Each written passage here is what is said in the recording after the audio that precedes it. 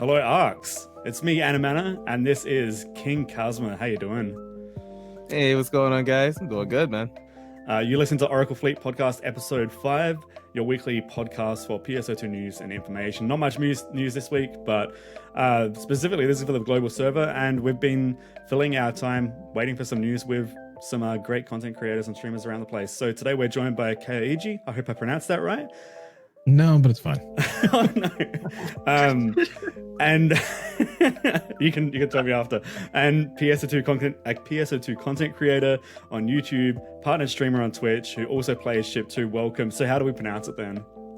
It's a Kaoiji. It's actually you're supposed to use American pronunciation on that. Okay. Yeah.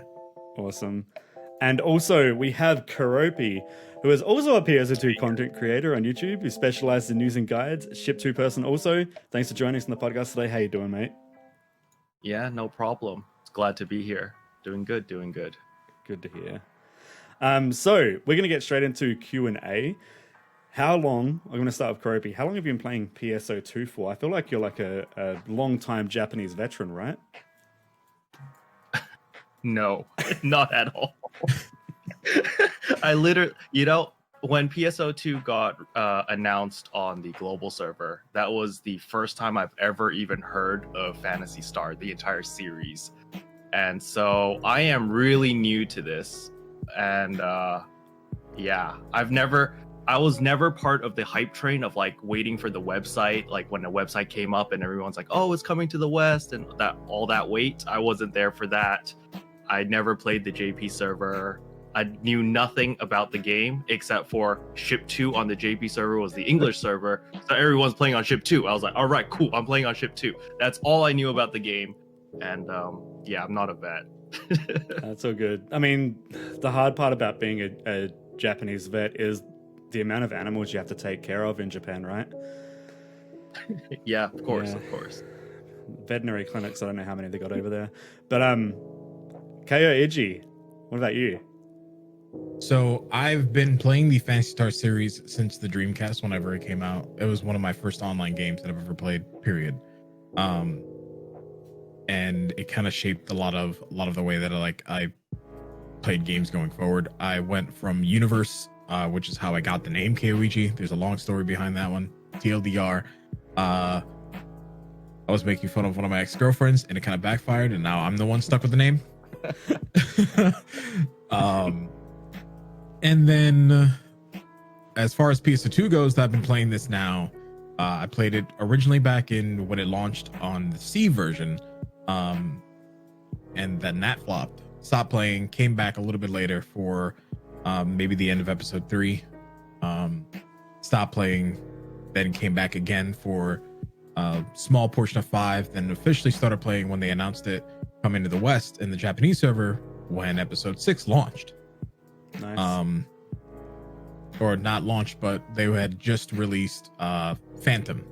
So I started playing that, and then finally about a year later I started maining it as soon as it came out on global. Awesome. On Xbox. Wait, so did Phantom drop day 1 with episode 6, or was it like a few weeks in? It was We talking like on JP? Yeah. So it was. Oh yeah, that was day 1. Yeah, that was day 1. Okay. On episode 6.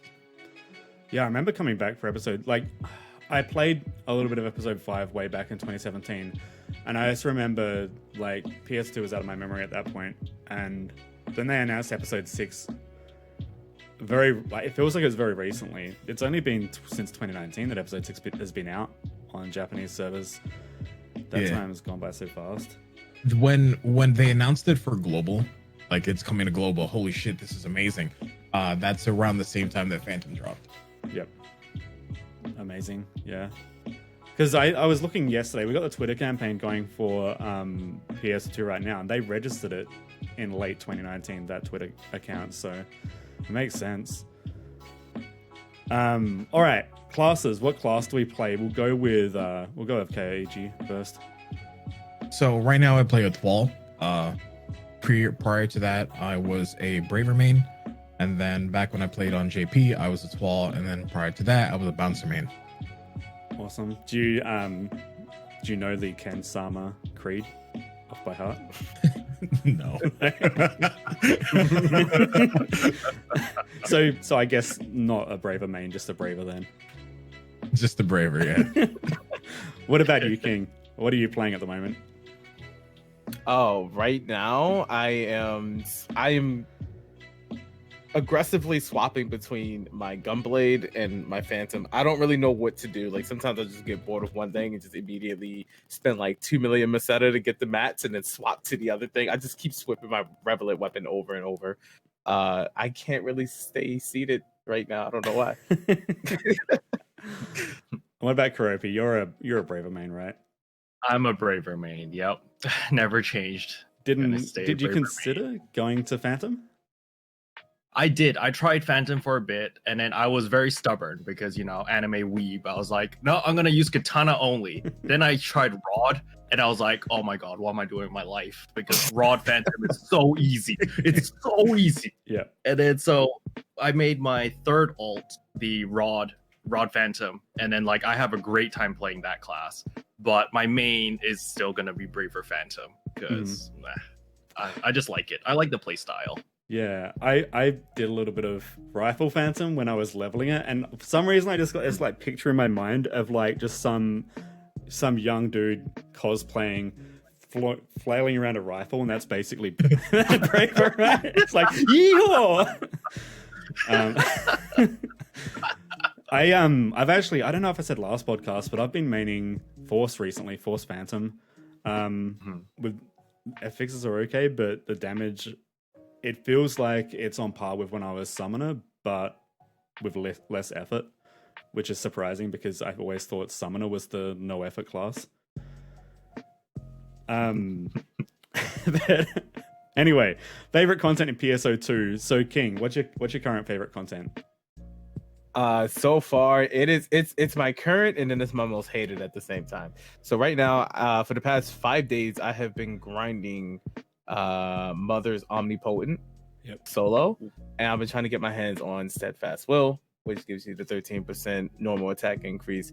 And I love it because it's such a good way to kind of test how strong you can get, and you can also use it as a way to push how good your rotation is and how well you can dodge, stay alive, because we all know Deus is the father of all lingering hitboxes. Yep. So with that, I love it, but I hate it because I still haven't dropped Steadfast Will, and I think I'm about 200 triggers in. That's one of those.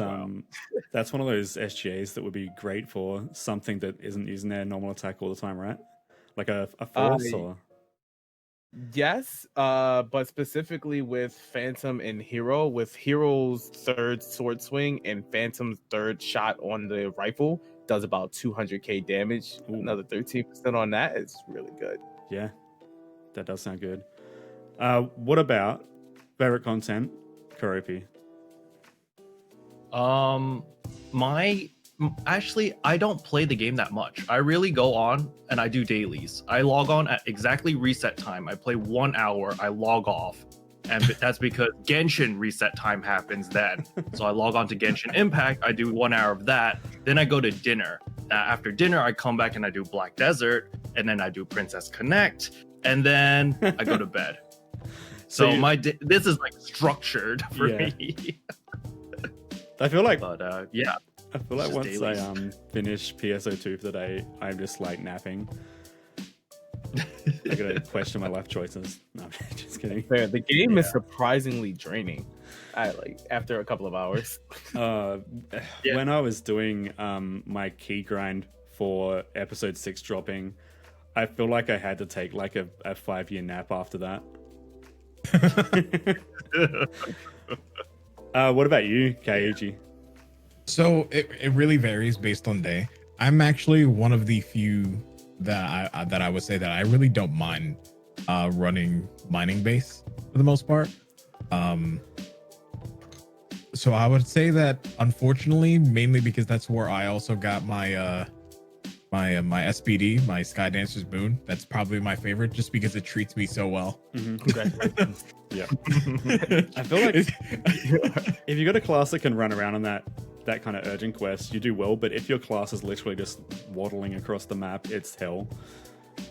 I feel like what a lot of people don't know about SPD is that the classes that could just pump out damage are the best. You don't need a class that can traverse the map, because if you're traversing the map too much, you're putting yourself at a disadvantage, because then something spawns, things get out of control really quickly. Yep. And you can't react that quickly. It's just impossible.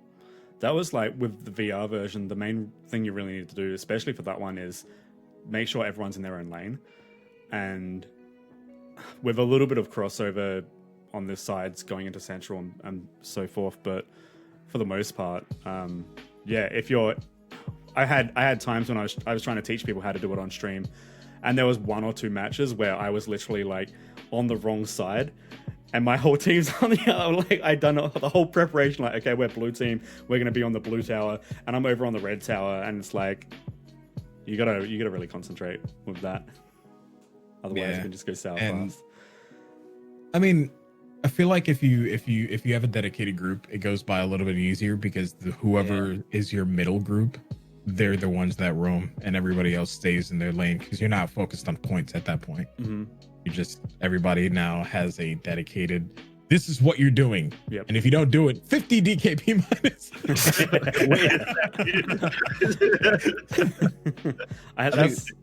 You go.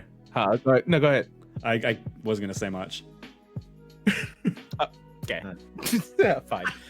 So I was gonna say, like, I think one of the most annoying things about that quest is when so I always have this habit, like I scream for this thing, is when the suicide bombers, when they run straight to the towers and everyone kills them, but they don't take out the bombs on the back. So I just see them keel over and explode, and I'm just like, no! And the tower loses like 40% HP. Yeah. I just go cry in the corner for the next 2 waves. You know what the best part is? When people try to put the burst barrier when the Esker crab bug jumps on the tower and it doesn't do anything because they're going to shoot the legs. I do that all the time. I don't know why. I think that's force of habit at this point. Honestly, it just prevents the damage. It doesn't stop the thing from going down. It just prevents the damage. That's the only reason we do it. Yep. All right. Favorite periods for... Actually, I didn't say my favorite content. Right now is logging in between ships, and when the fishing daily was a thing, getting as many star gems as I could. Especially ship 4. I love ship 4 because you have the high chance of no one being in on those Arcs leagues. That's the big brain thing for ship 4 players, is that they have free reign of winning their Arcs league. But sorry, let's go to favorite period for PSO2. In recent memory, I guess, King, for you, what's yours been? My favorite period? Yeah, what's your favorite recent memory? Launch day. Oh, recent memory. Oh. I guess favorite recent, because we're always talking about this with people anyway. Definitely was launch day. Yep. One of the biggest things is, like, throughout my time, when I finally got to play Phantasy Star Online 2 on PS4, I noticed that there was like no viewership on the game. Yep. When launch day came, it wasn't the viewership that was getting me. It was the amount of people loving a game that was so great for so many years and never got its day in the sun because of the fact that it was locked behind region for so long. I got to see some of my favorite streamers, people that I look up to, and close friends hop on the game for the first time and basically experience what I've been screaming in their ears about for the past couple of years. Like, man, you need to play this. And they're like, well, I don't want to do all that kanji stuff. That's all you. Yep. And I got to actually, sit with them and talk with them and see how they're experiencing it. And all of them said this was a great game. Though they felt New Genesis was better once it got announced. And they were like, well, I'm just going to wait. But it was just nice to see the game finally get its light and get its recognition for the first time in a long time. So, yeah, that's good. I remember, like, launch night. I'll probably just bounce off this of mine. I was in Cami's stream and also T-Rex, who both of them are Destiny content creators. And it was just pretty much waiting room because no one could get in. But it was just interesting to see how many people were turning out for it. Like that. The viewership on the game on that day was I mean, it wasn't, hundreds of thousands of people, I can't remember, but there was still like a good vibe, lots of people hanging out. And then when it finally came came to play, it was just good to see so many people on the servers as well. What about Kaoiji? What about yours? So I guess my favorite memory has to be around the same time, because like I came from a lot of people who used to watch me in Warframe, right? I've been dipping around in variety for a good bit at this point. So Phantasy Star finally comes out in the West, and a lot of these people who saw me play the Japanese version, they're like, "It's in the West? What do you mean? Question marks?" Yeah. And I'm like, "Yeah, it's right now. It's available on Xbox." And it was really cool seeing all the influx of people come back. Like it went from by the end of the day, I think we were at like 400, maybe 600 people who were watching just my stream alone. And these are people who, a lot of them were brand new. A lot of them didn't know what the hell Phantasy Star was, but a lot of them were like, "Bro, this is really cool," because the Warframe viewers knew that every single time I would be like, "If the game comes out of the West, I'm just playing that. That's it. There's nothing else that's gonna stop me." And yes, a lot of people remembered that, and they're like, "It's finally here." I'm like, "Yeah." Do I see them anymore? No, because now they're too busy playing the game, and that's the best part. Yeah, that's the fair point. Yeah, that's like the hard part when you are streaming, is that on one hand, yeah, it's amazing to have people playing. Like every now and then you'll probably have people lurking anyway, or people watching and chatting. But as long as you're able to share your love of the game and encourage other people to play it, and whatever, if the game's not for them, it's not for them. But people Right. giving it a shot and people actually sticking around and playing it, that's the thing. That's like my biggest focus, is just to have as many people enjoying the game and understanding it as possible, right? My viewership for myself should always come as a second for me. That's my mindset. Yeah, like I look at, and before I was in another alliance, but now I'm actually in my community alliance, and seeing how that was thriving. And for the first couple of weeks of Ship 2, they were ranked 6, and that was like, most people are just now getting into the game. They don't know what the hell they're doing, and it was really cool to see that. It was like, damn, this is what we accomplished. Me and my moderator Fear and a whole bunch of other community members came together to create this, and it was such an awesome feeling. Yeah. Like when PSO2 launched. We got Fear in chat as well, so shout out to Fear for doing the hard yards. So Keroppi, what about you? I'm drawing a mental blank when you said you started, but from that point until now, I guess, what's your favorite moment or period of the game? It's actually, there's two parts. The first time when I realized that how to use symbol arts, that was amazing. And then the second one was when I first heard the concert, the Kuna concert for the first time. I was like, what is this? Why is there a concert? Holy crap, the music's actually really good. But yeah, for me, it was definitely back when Block 69 was still a thing. And I was with my people there. It was great. The loot squad With his people. I think it does. I think the thing about PSO2 is a lot of its content does speak for what it could have been years ago. When you think about it and you think about now, like how big Fortnite is, and you go back and you see how PSO has literally done everything Fortnite has done for the past couple of years: the in-game concerts, the crossovers, and then having all that plus an amazing quality of life aspect. It really gives me a lot of hope for New Genesis, starting anew, being global, and having that potential to be like number one as far as the free-to-play MMOs that we have on the list right now. Because I've tried to go back through and play a lot of them, and I just couldn't get into it. So it's going to be good to see what they do with this. Yeah, and I guess that kind of bleeds into our topic. We're going to start talking about some New Genesis stuff. Obviously, elephant in the room, a lot of people have been waiting for it, regardless of the fact that some content will carry over. Some people don't really care about that stuff, like cosmetics and stuff like that. And whether or not we still don't know about how weapons and some equipment will be transferring over and be implemented into the game, and even the process of transferring. But we'll get to that once we actually have more information. So what we're going to be talking about in general is some bits we've seen, and then some more concept kind of stuff. So we'll start out with the new player experience, and should it be redone with PSO2 and with New Genesis.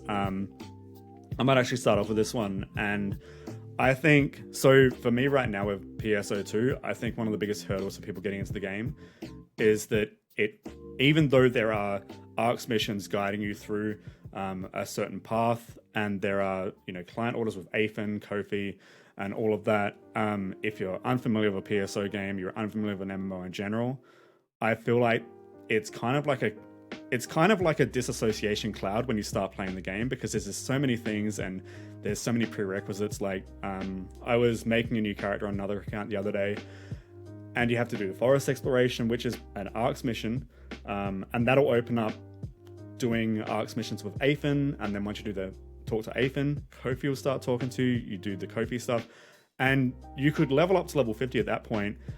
You'd get the Meseta rewards for the weekly ARX missions, but you wouldn't be getting the experience rewards because you need to do subclass. And there's all these little things where the game does guide you to those things. It doesn't explicitly say you need to do these things to get these rewards. And I think that's one of the biggest things that they could improve on, is just being a little bit more transparent on what you're getting out of it. And also in general, guiding players better than a few little carrots on a stick that are kind of potentially in their peripheral vision. I think we were talking about this on the ARX Fleet Discord the other day, and I was saying, we're trying to talk about something that would be good for it, and I think axe all of the starting client orders or ARX missions, and make the player go from NPC to NPC who will teach them a specific aspect of the game until they've reached the final part of that course, going from NPC to NPC. Then it says here, now you can access all your client orders. Here's the ARX mission system, and then go from there, because I think that'll at least give them a baseline. I don't know, everyone learns differently, and there's probably it's probably not a perfect way of doing it, and there's probably better ways, but we'll start with Kaoiji. What about you? What do you think in terms of new player? So it's funny because I was thinking about this, because we've you and I have had this conversation recently when we were playing with Tamsin. Yep. And it got me thinking about the way that JP does it, and the difference, the biggest difference between JP and Global is the fact that there is no level cap quests, right? In Global, you can go straight to 95 without any worry in the world. Whereas in the Japanese version of the game, you have to do your level cap client orders, and you have to do them for your initial base classes, and then you have to do them again whenever you play your Scion classes. And I kind of felt like Global, as much as that is a progression stopper for a lot of people, I think that in and of itself helps that new player experience on levels that the average player don't even see at first. They're like, I think that's just one thing that people just took for granted originally. Yep. And because it forces you to then discover your NPCs, discover the client order system. It forces you to learn enemy names and archetypes and stuff like that. And there's just so many things that just come from that it's just, that's your tutorial, and it happens as you level up and every time you do it. But when it comes into New Genesis, that may not be the same thing. So if they were going to redo the new player experience for PSO2 original, I feel like they just need to start all over, scrap that in both Global and on JP, and start with an entirely new player experience. Like they have the opening quest for the story, and maybe pull something like Destiny or some other games, and maybe not do it on the day of launch, but eventually just redo that entire beginning story sequence, just so that way it's easier for people to ease into the game. Because people who want to play New Genesis, they're going to have a completely different experience than when they play PSO2 original. Yeah, absolutely. And that's the thing, is that in some cases, those of us, what was that? We had an explosion. Yeah, that was my King's mic. Oh, was it? Yeah, it's my mic is, my camera is glowing green every so often. His is just going. I think that might be my headset. It may just be too loud. I don't know. Yeah. I was gonna say that, and in this topic we're really only talking about, this is unrelated to what we've been discussing right now, but and there's more for anyone watching, is obviously anyone that is familiar with PS games or PSO probably has less of an issue with this. I feel like there was a big disconnect with PSO2 when it did drop, and I'll only gloss on this because we got other people to chat about this, but the biggest disconnect I felt coming from PSO1 was there was a lot of people playing PSO2 as if it was PSO1, and that created a lot of issues with mags and stuff like that. So I think they could have done better with that. But we'll go with King. You're up. Oh, I'm sorry. What was it? I was trying to figure out what was going on with that sound. I'm so sorry. Do you need a little bit of time to check in? No. It's nothing. Actually, yeah. I figured out it was probably just my headphones picking up on everyone because it's around my head. Okay. So probably just sound popping out. But what were we on with the new player experience? Oh, so as far as that goes, I like everything that's there. I would like for them to do a little bit more when it comes to upgrading on combat.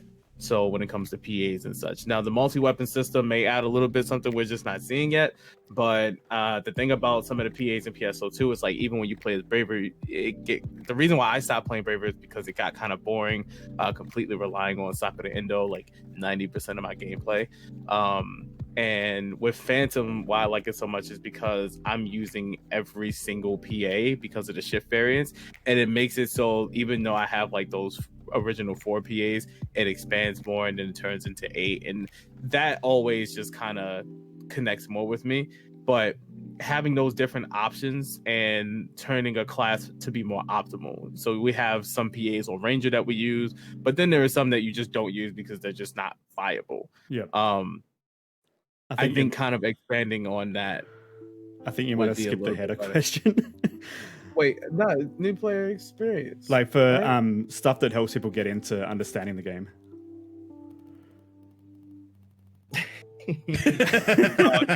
like PAs could be like a thing. Absolutely. Oh my god, my brain is everywhere right now. That's okay, man. I've done the same in the past. Like, wow. Do you think PAs in general and like training players on how to play their class? I think I did that yesterday. I think the player training does need to be a little bit better though. That much is very true. Because a lot of things that weren't explained, like the extra bit of damage percentage that you get when you are just attacking, that was never really explained. That's something that people had to learn. And then a lot of new players coming into PSO2 at the time didn't know how significant just attacking was. And then some players still don't know how significant just attacking is. Yep. So I think doing more than just kind of showing the core elements of the class, but just showing the core elements of combat in general would be very good to have in your back pocket. Yep. I think you're still having a little bit of crackle. I don't know if you've got like a cable or something that might be a little bit loose or something. I'm gonna piggyback on that real quick while you fix your mic. That's another thing that I kind of I just hope they do away with the just attack system as a whole, because New Genesis isn't gonna have that. So why have that in one game and not the other? I just feel like there needs to be some sort of continuity, even though the gameplay is a little bit different. Core elements like your damage system should in fact just be the same across the board, period. I think as well a weird thing with that, and this is something I see pop up often, was that a lot of people seem to think that just attacks is part of being a pro gamer. And if the action is like increasing with something like New Genesis, for me, like if I can just reduce one more thing on the top of my head that I have to think of, I'm doing, timing up my attacks, I would rather be focusing on what's happening on the play field rather than just single target stuff, trying to, hit all those perfect attacks kind of thing. Yeah, I mean, I kind of feel like it's a rhythm game. Eventually you just get into the rhythm and it doesn't even matter. Yeah. Yeah, that same bit kind of works for me because fighting games, so you kind of have to be on cue with everything. You got that combo, it's rest in peace. Yep. Yeah. All right, Keroppi, what about you? What about the new player experience for you? I am a filthy casual. Like, I enjoy mobile games because I can just click next, and then I kind of get the gist of what's going on. I feel like if PSO2 had something like that where it forces you to go to like, okay, this is the quest person, this is the daily person, this is the weekly person, and it forces you to walk over there to talk to them, then click next, and then like maybe have like a search feature for like noobs at the corner. Yeah, click on that and it's like auto path to whoever. and then I could have that feature. That would be very nice. But then again, you know, I'm a filthy casual who plays mobile games, so I like stuff like this. You know, I'm sorry, he's talking about playing mobile games. Meanwhile, I have Grand Blue Fantasy open in the background. I have AFK Arena opened up on my phone. Dragon Ball Legends. Yeah, you know, I'd like to see something more streamlined, because the way it is right now is I really like the freedom the game gives you right now. It's like, okay, you're an ARC's operative, do whatever the hell you want. I like that. But I need like some sort of option where I can maybe like toggle on or off like a tutorial where it'll actually tell me where everything is. Because like a lot of new players that come into the game, they come in, they level up a little bit, and then they're like, I don't know what to do, because they skipped the silly video thing that pops up at the very beginning because it's like super low res, and it's just like, what the hell's this? Click off, right? And they get lost immediately because that video literally explains what you should do next. Yep. And yeah, I feel like they should make something a little bit short and sweet and something a little bit more digestible for new players. I think as well, in general, I've been feeling that New Genesis feels like it's definitely a lot more streamlined in that regard. It feels like there'll be a lot less to understand. Just going over the footage, like there's not really any. I was going through the new player stuff the other day on another account, and the amount of pop-ups as well that just it feels so excessive that at some point, when something is done in excess, it gets to the point where it doesn't seem important, so people will just consider it as spam and just turn it off. I think that's one of the biggest issues, especially with people starting out right now. I mean, that's just the system from like back in 2012 and stuff like that with JRPGs. Because if you play a lot of older JRPGs, even still, they all do that. It's just, I don't know why. It's, hey, we're gonna overload you with all this information right now, let's go, and then then finally once you start playing the game, it's like, you don't need hand holding, figure the shit out of your damn self. I honestly feel like as we go further into PSO2, it's kind of weird though, because now that we're in episode 6, everyone's getting the episode 6 treatment.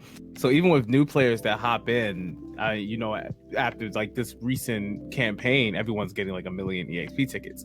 So as soon as they hop in, they don't really need to learn anything. They just go straight to their Visiphone, pop in an easy 1 million EXP ticket, and they're already level 30, and they don't even know what just happened. Yep. Next thing you know, they're already midway through the game, and they barely even learned the basics. So, I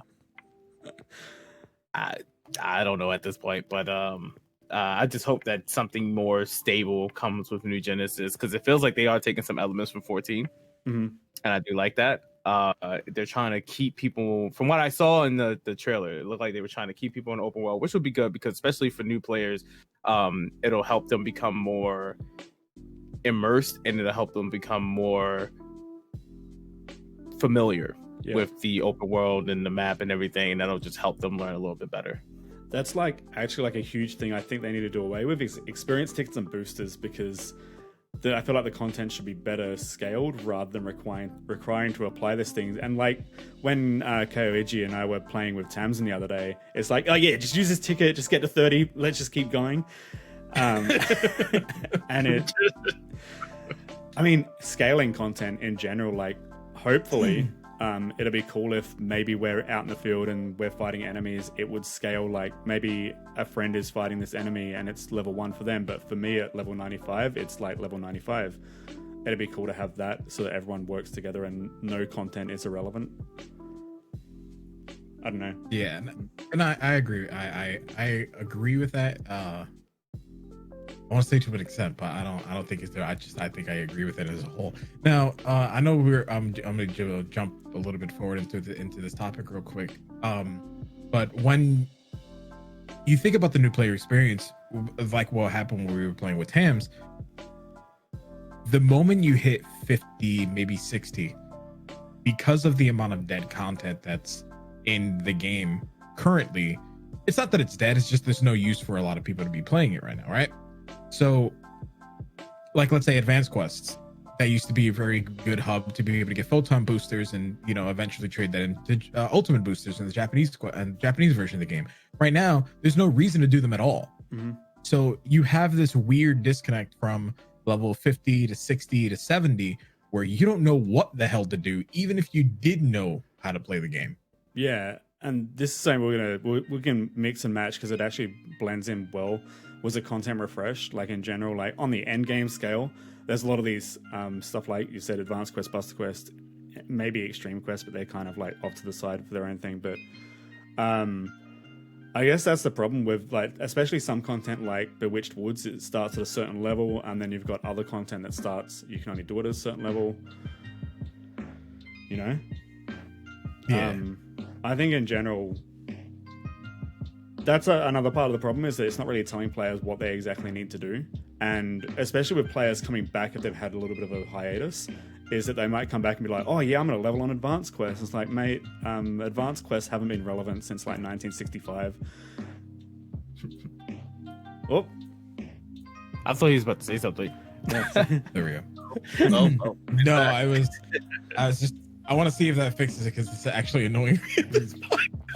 But honestly, like throughout the years of PSO2, I think challenge quest is something that's definitely been slept on for something that could have been marked as really good content to like keep pushing with all the new maps, infiltration, and everything that we got.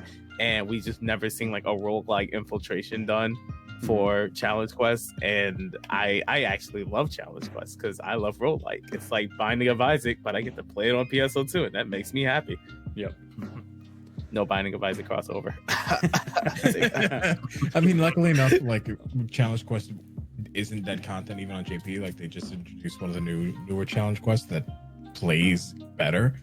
So I mean, it's just a matter of time till Global gets it, and then that's revived. But Yep.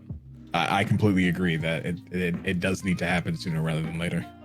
I think in general, I feel like the game would benefit if at a high level means they could at least take all the different quest type, advanced quest, with, like you said, they're doing it with a challenge quest, but even Buster Quest, if they maybe added an ultra hard difficulty for any of those that kind of capped out at maybe very hard or super hard or extremely hard, dangerously cheesy, and basically added an ultra hard difficulty, and then if there were specific materials that were in a lane of those different contents, I think it'd be really cool. Like I go into Advanced Quest and I'm farming ultimate boosters, or I go into this other quest and I'm farming maybe some trash 15-star weapons that I can dismantle or something like that.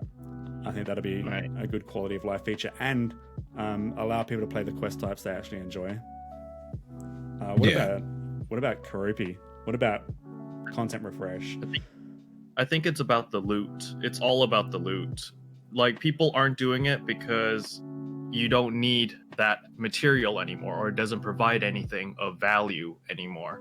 So if, let's say, Advanced Quest, if they had, you know, the chance of dropping ultimate boosters, for example, everyone is going to be on that for sure.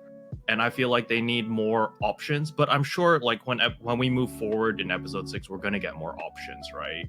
But like Skydance Boon, that's something that everyone wants, but there's only Mining Base and Luther Ultra Hard that you can farm for it right now. And maybe we should have a little bit more options.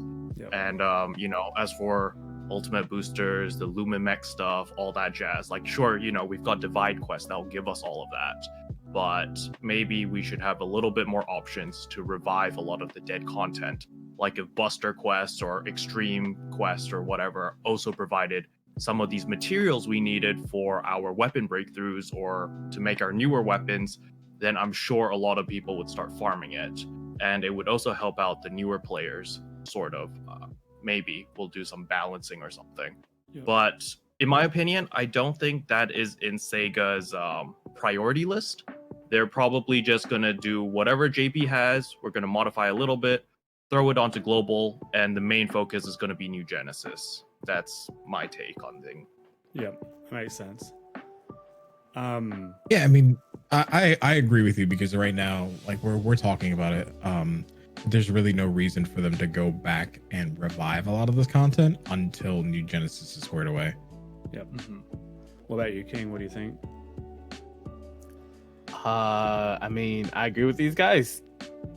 That's, I mean, either into New Genesis or until the update comes out with the graphic update. Because I mean, they have said that they're going to keep PSO2 going. So hopefully with the new update, they find, even if you don't revive some of the old content, bring in something that's more promising to players to keep them on PSO2, because you don't want to put money into this update one as a business and not have anything to keep people on OG PSO2. Otherwise, it just comes off as a waste. Unless people who are moving over to New Genesis just want to go back to play. You're not really bringing anything new to the table. I think as well, that idea that I've mentioned about the ultra hard stuff, the other potential problem that would rise up in the future would be that if you have more content that people can play, it also spreads the player base thin on each bit of those contents as well. That's like another huge issue. I mean, but I don't really see that as a huge problem, because it'll be a lot more people playing just as a whole. Like, we were playing Phantasy Star Universe yesterday, and I kind of went back and I was like, man, I used to farm a lot of these missions, but for what? Yeah. And it came out like when we did Sleeping Warriors, I farmed that for the White Wings. When I farmed some of the other missions, there were like particular units or weapons that would only drop in that mission, right? And it makes sense to divide the player base to an extent, because now everyone's going to have their different goals. Like, I want White Wings. All right, cool. So I'm going to grab a group of my friends. We're going to go farm for this.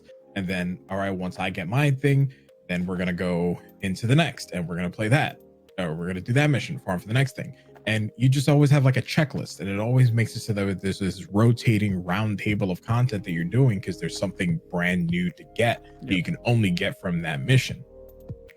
That makes sense, yeah. And like, there was a lot less of a loot table as well back then with PSU. And King hasn't played with us, right? We're gonna have to take him under our YTL wings. That was all science to me. He was speaking gibberish. We'll have to run you through it sometime. I know Keroppi's like got too much of a schedule with I'm juggling too many games at the moment. There's nothing wrong with that, homie. Believe Wifeys are important. So we've got some questions in the chat. We will be getting to some of those topics a little bit later, and also we will be doing viewer Q&A later, but we've got a few topics we're focusing on now.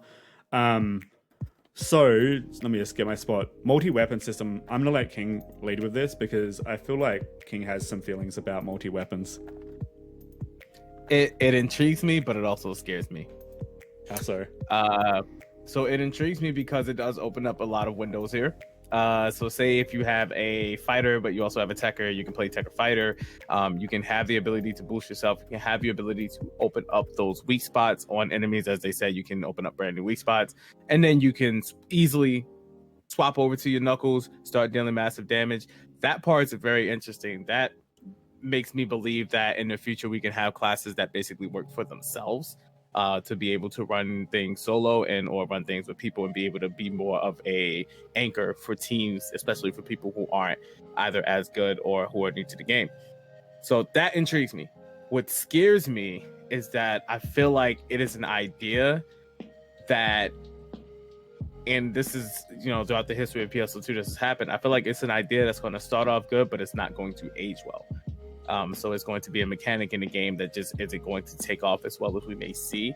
One of the things I was thinking that may be really good about it is, say, if I'm playing Ranger if I'm playing Fighter and then I have Ranger as a multi-weapon system, then if I swap into my gun, I would love to see a ability like a passive, things that help kind of push the whole multi-weapon system to say, oh, if you swapped into this rifle, there is an ability on this rifle that says once swap using the multi-weapon system, it gains blah, blah, blah, or it does this and debuffs, or A, B, and C, this, that, or the other.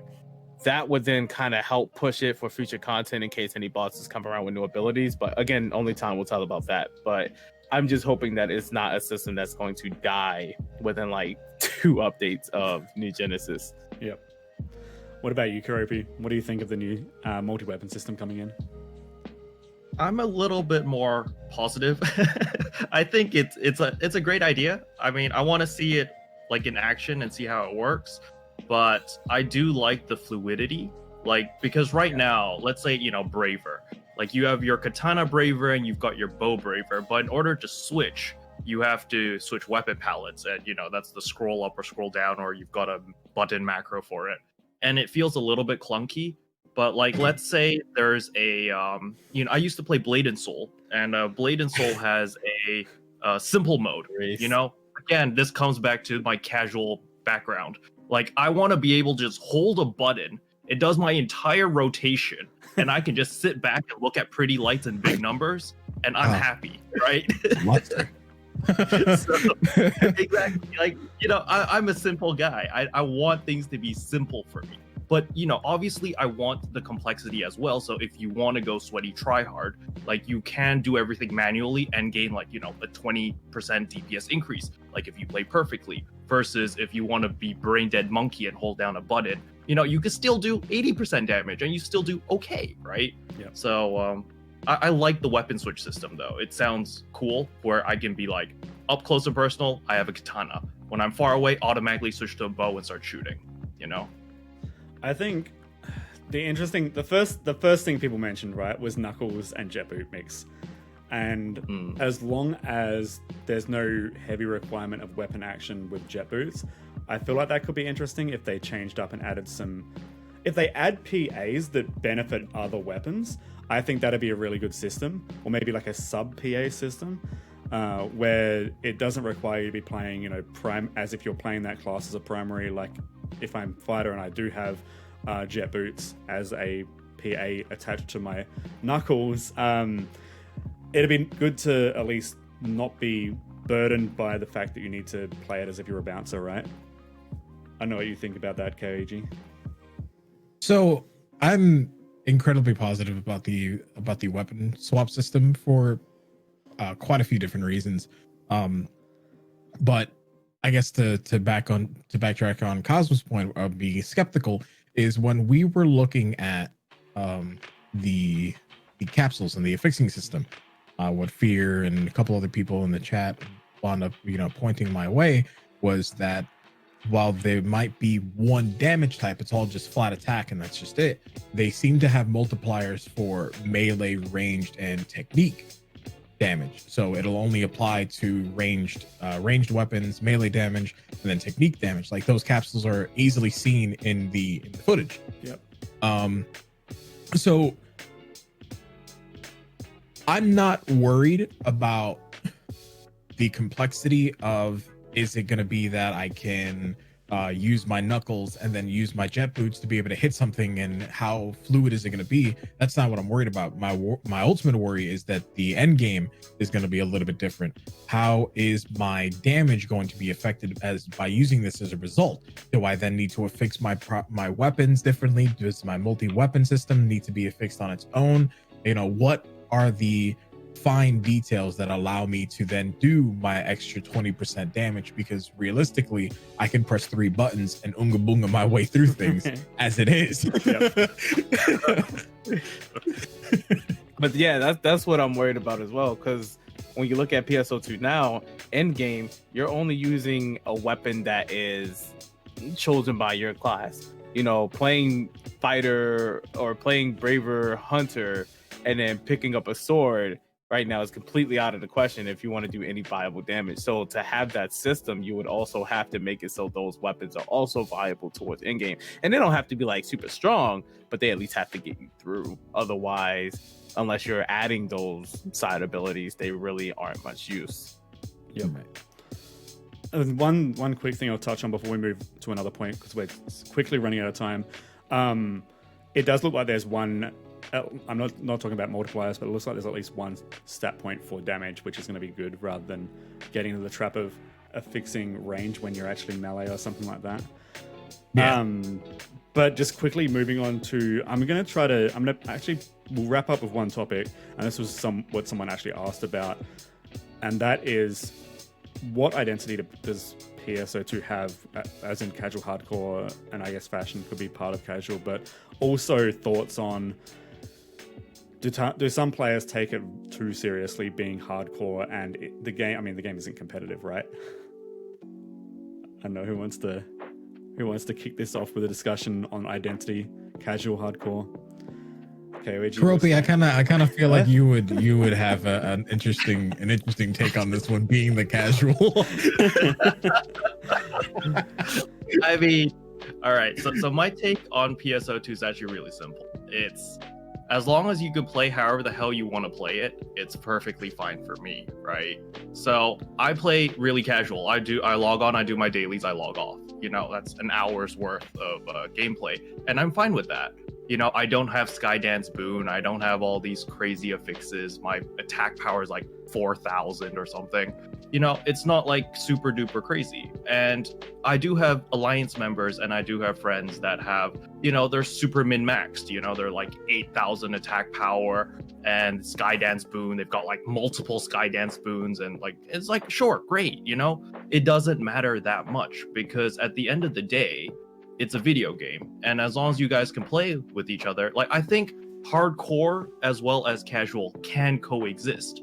It doesn't have to be like, this game is hardcore only. If you're a casual player, get the hell out, right? Yep. It doesn't have to be that way. I feel like you have content for casual players, you have solo content for hardcore players, but the only thing that you kind of need to make a compromise on is, all right, so the sweaty tryhards should be able to get things more efficient.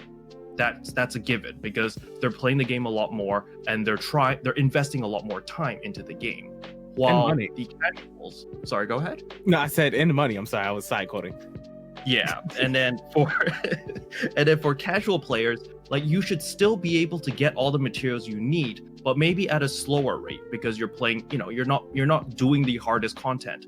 And that's something that I really wish that Sega would do. It would be, for example, you need ultimate boosters. Mining-based ultra hard gives ultimate boosters. But if you're a casual player and you don't know what the hell you're doing, and you go in and you have a bad experience because everyone's flaming you, because you guys just wasted 30 minutes of their time, because you didn't know how to defend a tower, or you didn't know how to activate this panel. And, that feels really bad as a casual player, because you're getting flamed. You're like, shit, man, I'm never going to do this again, because, this is clearly for tryhard content. But maybe if you could do it on extra hard, and instead of getting 7 ultimate boosters, you get like 1 ultimate booster every run, or something along those lines. So you can still do casual content, still have fun, and still feel like you're progressing, versus if you want to go super tryhard, you progress faster. And that's kind of my take on things. I think balance is good. That's the problem. Is like, for the longest time, the PSO2 has been a thing in the West. There's been a lot of people, maybe not a lot, just a lot of very loud people that have made it seem like if you don't have the best gear, in episode 3, if you don't have like a 100 or 200 affixed weapon, that you're a terrible player, when the content didn't even demand it. And I think that's the biggest thing, is that there's, I hate to say it, a lot of pick-me energy in regards to there's a sentiment that you need to have this mindset and you need to be playing at this level, when 90% of the time it's not that serious. What would you give me some expressions on that, Kaoiji? How do you feel? I agree with you. My expression was just because I'm like, yeah, I kind of agree. Yeah. Because I am probably in the mix of casual hardcore. I grind very heavily to get what I want, and then I kind of dip back a little bit, right? Because that's just how I enjoy the game currently, because I know that when New Genesis drops, I know that I'm gonna put a lot more time into this. I will be hardcore. But like, it's a little bit different. Like, I want players to be able to feel that means of progression. I want them to understand that they can exist. I want them to know that they don't need to have the best of fixes, because there will never be a day in which, unless you're doing some of like, Omega Masquerade, and you plan on doing that every single day of your life, or if you even plan on doing the future content, which is Solo Sodam, where you're fighting the final boss of the game by yourself, there's never going to be a need where you ever have to have that crazy amount of like affixing. You never have to need that damage, and all that shit's optional, because everything that's in Solo Sodam, minus a few weapons, is available everywhere else in the world of the game. And that's one of the cool things that that we're going to get into here soon. if you're hardcore, you get everything handed to you. But if not, then you can continue playing the game at your pace to be able to get everything, right? Mm-hmm. But for the casual player base, it's kind of like we were talking about this before. It's like, you suck if you don't have phrase decay. Come on, man. Put it on every weapon. You're always going to be in a party. It's like, there's no reason to treat the game like that. No, you're not going to be in a party every goddamn day of your life. Second, why? Why do you act like every single person has to listen to that bit of advice? Yeah. What if I want to do something a little bit different? Going back to the whole MOBA scene, because that's where I had originally came from as a content creator before anything. It was always the players who were the best, who in a lot of ways, they were like, man, fuck the meta. And then they blew the meta away. And then apparently that becomes the meta. Yeah. And it's just like, okay, cool. So why can't we still have that same dynamic and be able to be like, yes, this is optimal right now, but this other person has this random ass idea and suddenly this works. Yep. Oh shit, this is awesome. And then we start looking into that even further, It kind of reminds me of this this thing that happened in the fighting game community a few years back. So people that are actually hardcore, that are actually like 1% of players that are incredibly good at their class, are probably like either teaching players how to get better, or they've got their head down actually doing that content. They're trying new things, like Kaoiji saying, I feel like a lot of the time the vocal players are like, oh, you're trash, you should not play the game. Those are probably like, they're decent at the game, but not as good as they make themselves out to be. And it really reminds me of that fighting game scene thing where there was a big tournament happening and this fan just gets on the stage when one of their favorite players had lost a match and starts trying to coach the dude in the middle of a fighting game tournament. It's like, dude, read the room. Yeah, read the room and stay in your lane. Like, there's just so much vocalness. I had people say on my comments before that people have told them to go and harm themselves if they're not playing. And you know what I say? If someone's going to be aggressive and toxic, they don't deserve their account. Screenshot their stuff, report them as a player, put in a ticket if you have such a negative experience, and let's see if they keep doing that kind of thing. Like, I think there's be serious, have fun, encourage people to be better, but once it starts to get into that toxic side, I think, you know what, maybe it's time for you to go and sit in the corner. Yeah. That leads into a question that somebody had in chat earlier. So what do I think about the player base, or what do we think about the player base? Just to tack on this real quick, is I think the player base as a whole, they all mean well. We all love the game. I don't think there's ever a person who is like, oh my god, I hate the game, or the only reason I'm playing this game is to be sweaty tryhard, right? I don't think that person actually exists. I think that when those people exist, it's I'm a sweaty tryhard and I want you to be a sweaty tryhard, so my game experience is better. Yeah. In which, in a lot of ways, they mean well. They're just not doing it the way that they should. Mm-hmm. Yeah. They need to be sweaty about communication. I mean, I think, like, honestly, if I could touch on this a little bit, so we actually had an issue like this in my chat earlier, and this was the first time I had to hit the ban button in months. Like, I never thought I would have to. Even people that I've had problems with in the past, we've talked, and now we just kind of respect each other's space, and they don't really talk behind my back anymore. But it was an issue where I wanted to buy Precision Will 2.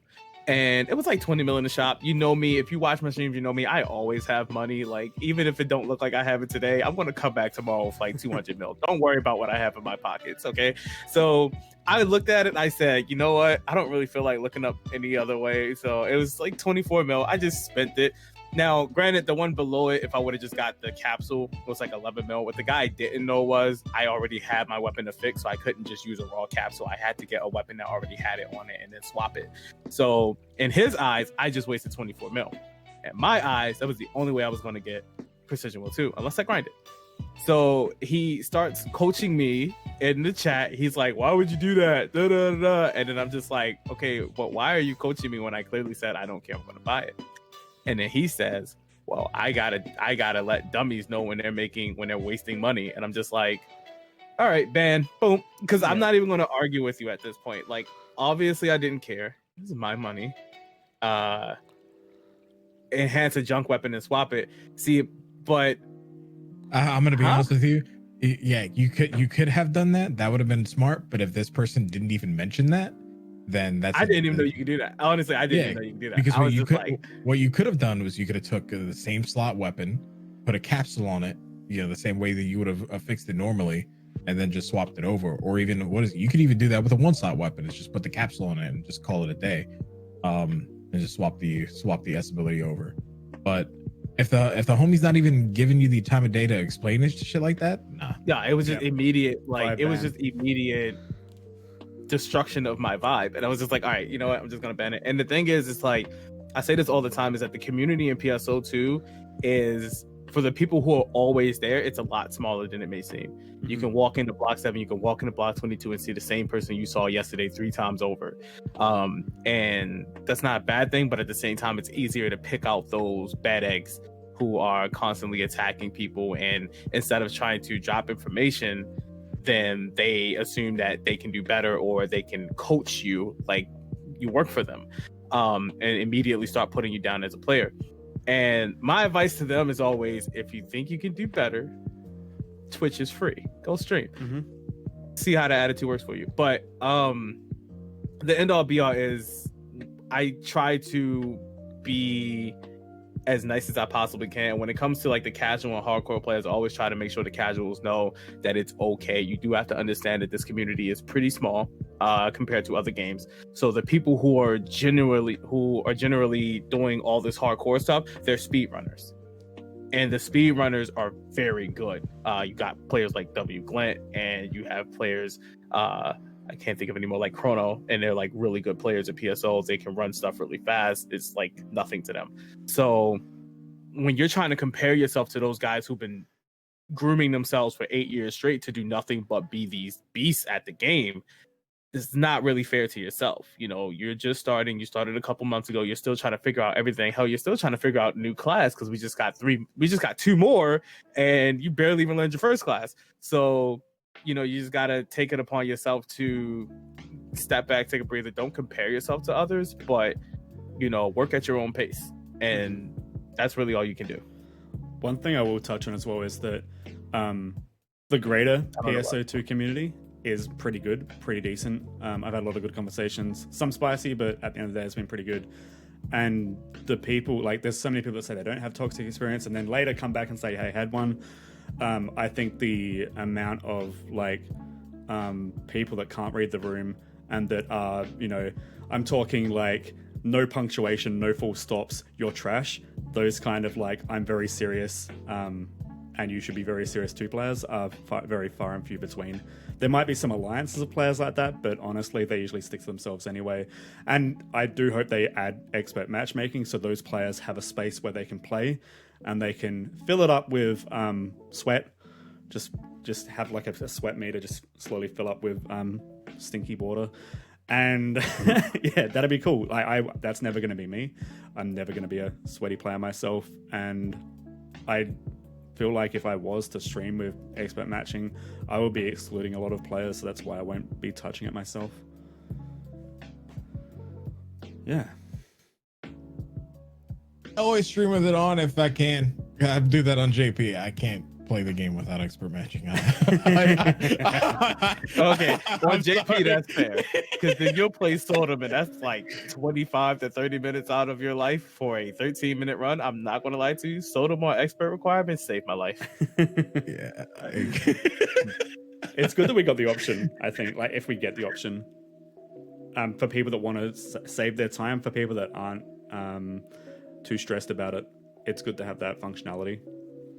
Yeah, honestly, it's more of a time-saving thing than it is a who's bad thing. Like, I never want people to look at it and be like, oh, you're not playing with us because we're bad. It's like, no, I want this drop, or I need to beat this guy 50 times, and I just want to knock it out in an hour. So 10 minutes per run, let's go. Yep. Time to make an account or a character on each ship. Oh, God. That's the true sweat. I don't see how y'all do that. I have 3 characters. Free 99, sir. That's it. All right. what we're going to do after the stream is we're going to be keeping streaming. This is the end of the podcast for people listening or watching on YouTube, but we will have a separate session where we're going to play some PSO2. We're not sure what we're going to do yet. We'll figure that out. But I think we're going to wrap up here. We've had some pretty good discussions. It's actually like, I wish we had more time, but we're already pushing on an hour, I think, by the time this finishes. So what I will say is thank you for everyone that is stopping by. And if you do want to stick around and maybe play some games with us, we're going to be on Ship 2. We got Kaoiji, we got Keroppi, we got XingKazma and myself. XingKazma's called Rena. And Kaoiji's character is called... Lyre. Yeah. Like the harp. Yeah. There you go. So we're going to wrap up here. Thank you everyone for watching. What's that? What did I miss? Why did you turn off the light? He called me a weeb. I mean, we all are to some degree. We're a gradient of weebs. We got Keroppi is probably the most weeb, I'm guessing, but you never know. Maybe King's more weeb in some aspects. It's all different stat points of weeb, right? Well, I don't know if we want to bring out like our true skill tree, I could probably rival Keroppi for sure. And meanwhile, I'm just like boomer anime, like Project. We will get Anamana addicted to anime one way or another. It'll happen. I have something in my eye. I hope it's not corn.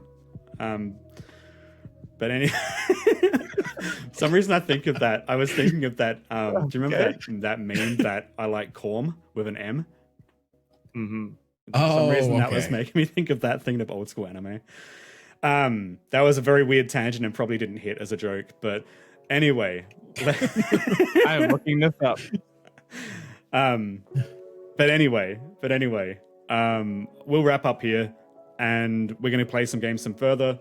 So if you are in chat, we'll go to a little transition screen and then we'll jump back in on our account. So we'll see you shortly. Thank you everyone for watching. It's been great. We are on Spotify, all the podcast networks, and also YouTube, Oracle Fleet. And if you haven't seen the stream live, Oracle Fleet on Twitch as well.